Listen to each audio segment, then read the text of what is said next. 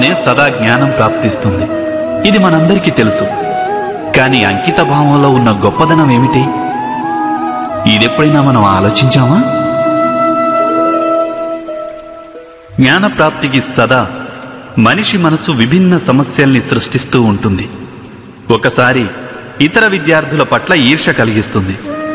ఇంకొకసారి నేర్చుకున్న పాఠాలలో సందేహాలు కలిగిస్తుంది. మరొకసారి గురువు వేసిన శిక్ష వలన మనసును అహంకారంతో నింపేస్తుంది కాదా? ఇలా జరగదంటారా? ఎవరికి తెలుసు ఎన్ని రకాల ఆలోచనలు మనస్సును కలవరపెడతాయో?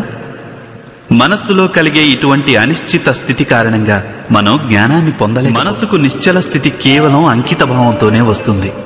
అంకిత భావం అహంకారాన్ని నాశనం చేస్తుంది. ఈర్ష, వ్యామోహం వంటి భావనలను దూరం చేసి హృదయాన్ని శాంతింపజేసి మనస్సుకు ఏకాగ్రతనిస్తుంది. వాస్తవానికి ఈశ్వరుని సృష్టిలో జ్ఞానానికి అవధి లేదు, జ్ఞానులకు లేదు. దత్తాత్రేయుల వారు ఆనాడు గోవు నుంచి, శునకం నుంచి కూడా జ్ఞానం సంపాదించారు. అనగా విషయం బ్రహ్మజ్ఞానం కావచ్చు, లేక లోక జ్ఞానం కావచ్చు, లేక గురుకులంలో పొందే జ్ఞానము కావచ్చు. దాన్ని పొందడానికి గురువు కన్నా అధిక ప్రాధాన్యం ఆ గురువు పట్ల మన అంకిత భావానిదే.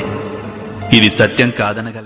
భజరే నందగోపాల హరే, భజరే నందగోపాల హరే, మురళీ గానలోల దూరమేల దిగిరా కృష్ణ, కడలై పొంగుతున్న ప్రేమ లీల కనరా కృష్ణ, అందుకో సంబరాల స్వాగతాల మాలిక, ఇదిగో నిన్ను చూసి వెలుగుతున్న ద్వారకా.